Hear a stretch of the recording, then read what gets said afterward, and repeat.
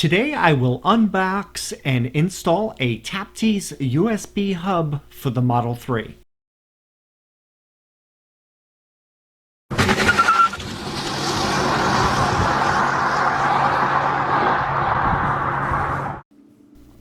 I ordered this item a couple months ago and it finally came in this week. On the back are the specifications for this USB hub.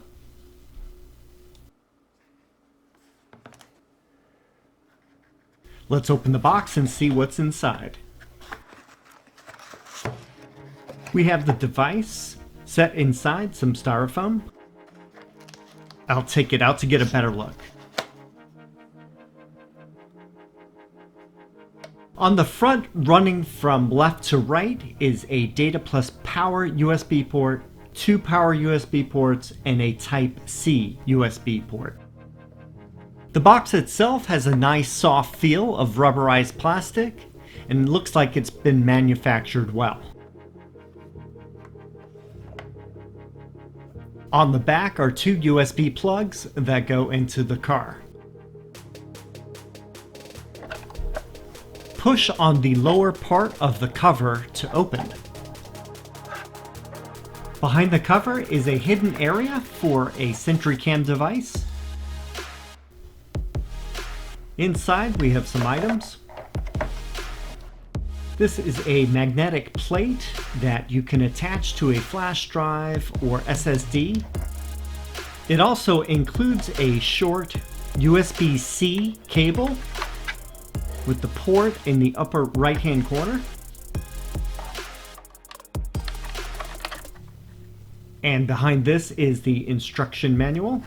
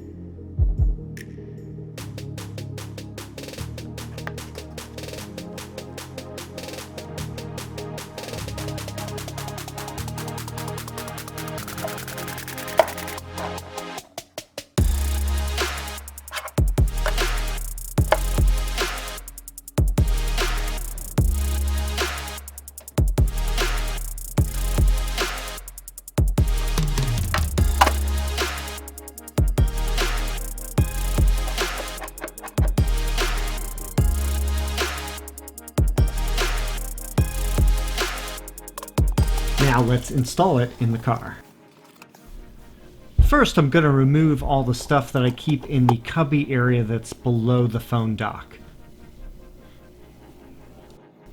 I have a number of items that use USB plugs, and we'll see how they fit on the USB hub.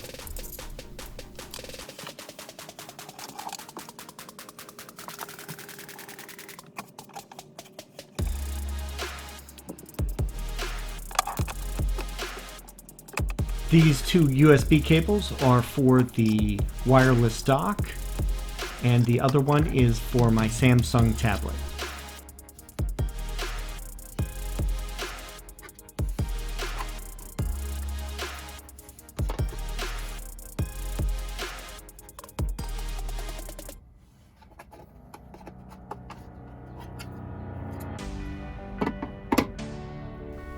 I will now attach the magnetic plate onto my SSD. First, I need to remove my command strip that I used to use. This is a compact M.2 SSD.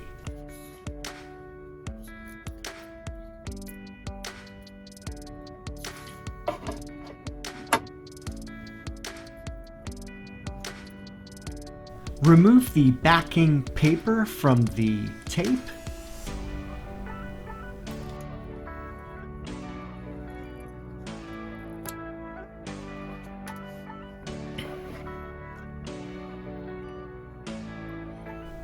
Attach the magnetic plate to the center of the SSD.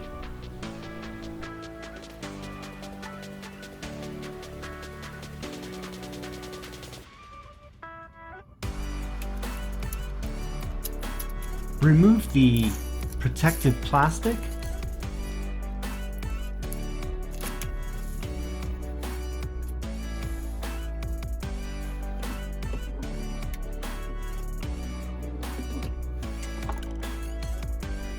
Plug the USB-C cable into the SSD.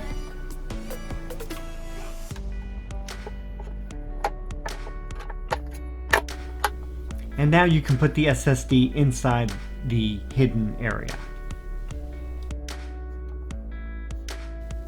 As you can see, the magnet is doing its job. Remember, any devices that need to transfer data with the car, like a flash drive or a game controller, need to use the left side port with data plus power. I'm plugging in the cables first to clearly show how they fit. You can obviously put the cables in after you install the box into the car. If you want to use the last port, which is a USB-C port, and don't have a USB-C cable, you can use an adapter such as one of these. I'll be getting one so I can swap the game controller in for one of the wireless phone dock cables.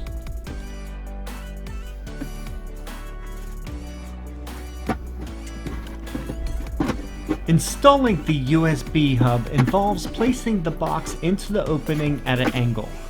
Press the box as close to the bottom front as you can.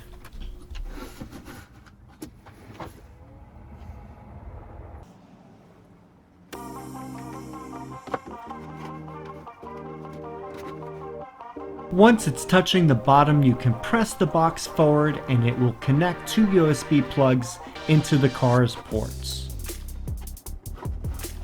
You will hear a snap sound when it connects. And in my case, the USB SSD will light up.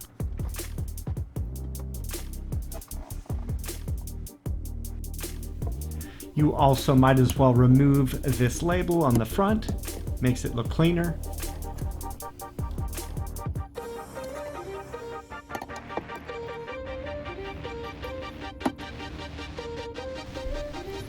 There are several little magnet dots around the lid that help it snap into place when you place it onto the box.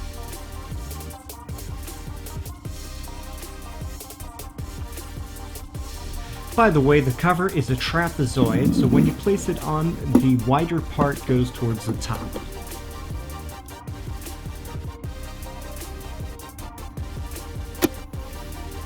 This hub can hold a USB flash drive, a micro SD card with adapter, or a small SSD like my M.2. Unfortunately, it will not fit a full-size 2.5-inch SSD enclosure. There is no room for the USB cable to attach.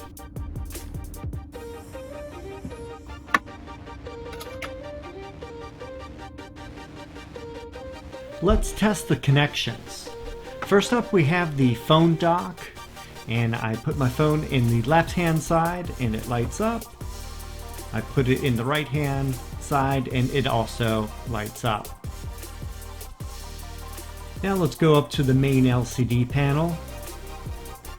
We press the Sentry, it works, and we also press the dash cam, turn it on, and it shows that it is now working also.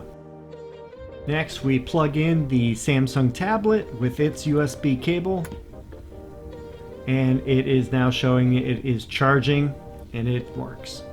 Lastly, I will temporarily unplug one of the wireless phone dock cables, and I will attach the game controller to the data power port. The game controller lights up, and checking out Cuphead, we see that it is also working. The buttons and directions seem to be doing everything fine. In all, this is a very nice USB hub for a reasonable price of $25 including shipping. Since I have a lot of USB items, this is a great solution to not having to unplug different devices. Also, your flash drive or SSD is hidden and kept safe from items bouncing into it in the cubby. Thanks for watching, see you in the next video.